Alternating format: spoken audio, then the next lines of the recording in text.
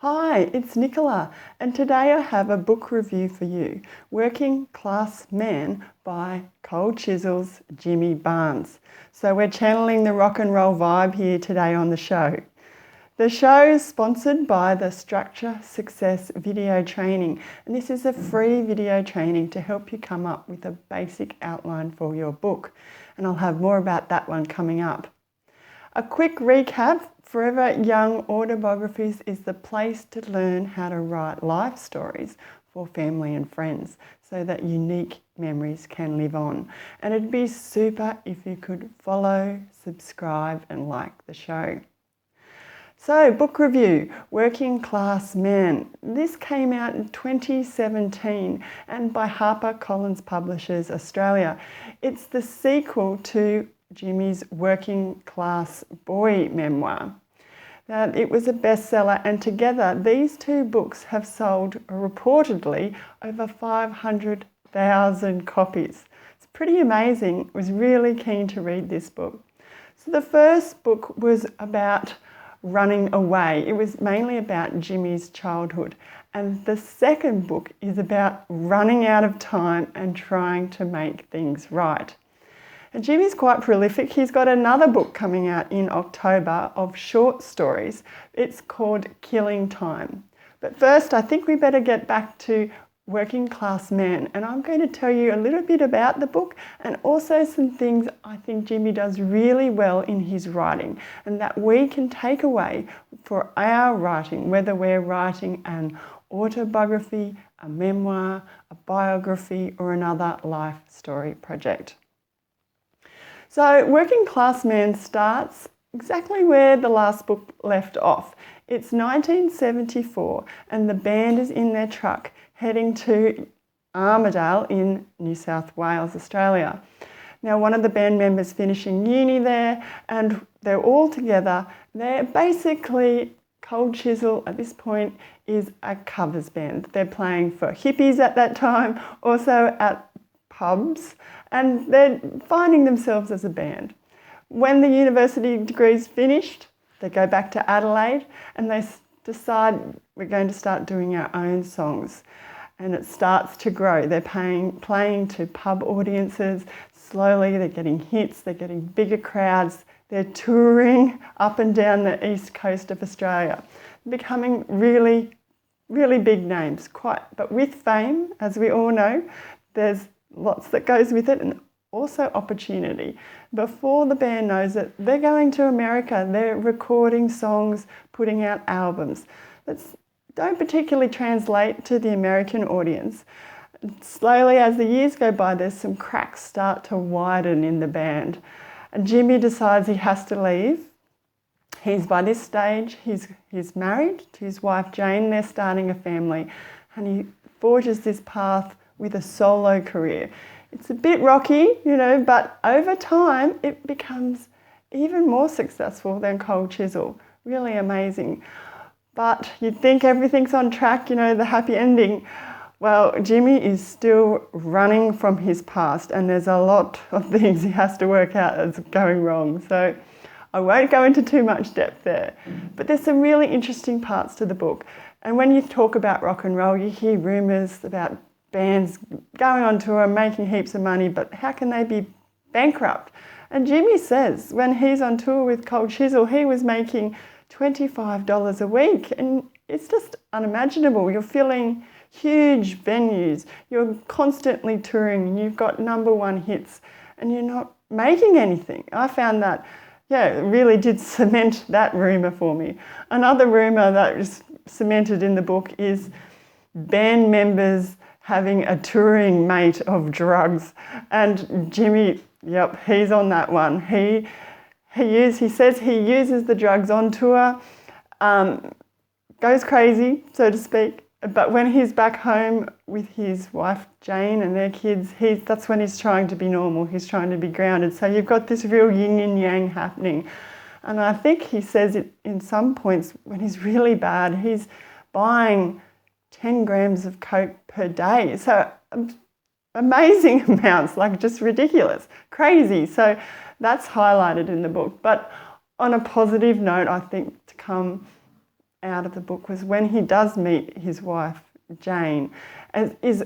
He says it's like love at first sight. This is in 1979, and he says the exact date and the exact time. So it's a real special part of the book about how this love story, how they meet, how their relationship develops, and how they've stuck through everything to now, still together to this day. So a really wonderful part of the book. Now, to wrap up this video, we need to talk about what Jimmy does really well. I mean, he is a highly skilled singer, songwriter, and now book author. He knows how to entertain a crowd. He knows how to entertain a reader. And so we get the sense that he is great at dramatic pace of his book. So he's not showy, he's not self-indulgent. He's always got the reader in mind. He's making sure he's talking to them and it's entertaining and informative. So he'll zoom in on a specific detail of time, and then he'll skip past years, decades, and highlight another point of time. So it's real dramatic. You're not getting bored. This is a hell of a ride. So that would be point number one, dramatic pace. Another thing that Jimmy does really well with his writing is dialogue. He's got so much colour in the dialogue that he has in the book. It's character snippets. Each character has these little dialogue sections, and they give so much colour and illuminate their character. And he does it for himself too, which is awesome. So I really rate that part of the book, dialogue. And I listened to Jimmy read his own autobiography on audiobook. And in this, I really rate it because he does all the accents. So he's got his Scottish parents, and himself is Scottish.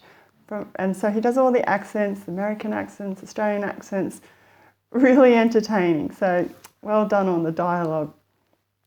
The final part that I think we can really learn from this book is the power of words. And Jimmy does sum this up at the back of the book. He's saying that, look, he had a lot of demons to tame. He tried rehab a couple of times, he had a counsellor, but the thing that really helped, probably the number one thing he says that really helped overcome his painful background of his childhood and difficult topics was writing the books. He says this really helped him get a handle on it, process it, come to peace with it almost, and look positively towards the future. So I think that is really, really important. If you're in that camp, writing a book, life story, like Jimmy, could really help. So that's pretty much the quick and easy guide to what Jimmy Barnes' latest memoir, his sequel to Working Class Boy, is all about. To recap, we've talked about what the book covers, some interesting points, and some key takeaways we can have as writers. So what I'm really hoping is that you will be inspired by Jimmy's book, Working Class Man, and you'll want to tackle maybe some painful stories like him, but then better come to an understanding of your life. So really powerful read. I highly recommend it. Whether you love rock and roll or you're just there for themes and ideas around mateship, love, and of course, just music. There's so much going for this book. I think you should give it a read. And if you'd like to know more, you need to head over to my website at foreveryoungautobiographies.com/workingclassman. You can see the cover of the book. I've also got some quotes from the book. There's links to buy all of his books, and there's other resources. So if you'd like to check out my previous review of Working Class Boy, it's there. And also some writing techniques. There's some links to those that will help you with your own writing, like to do with dialogue, dramatic pacing, that kind of thing. So please check it out, foreveryoungautobiographies.com/workingclassman. And I'd love to hear your comments. Are you going to read the book? Have you read the first one? Or what did you think of this latest effort? Did you rate it like I did? And have you got suggestions for other books I should review? I'm always on the lookout. So you can leave me a comment over at the website, you can leave me one here, or you could go to foreveryoungautobiographies.com/contact. Now, the Structure Success video training. This is a free training, which I highly recommend you sign up for. Just put in your email and I'll send it to you straight away. And it's some exercises where we come up with key memories and events from your life that you are going to put into a chapter outline. It's a rough chapter outline, something for you to write to, so a bit of a guide. So you can get that at foreveryoungautobiographies.com/structure success sign up. Highly recommend that one, completely free, my gift to you, so please check it out. I'll be back again soon with another topic, so it would be super if you could follow, subscribe and like the show. And until then, happy writing and happy reading.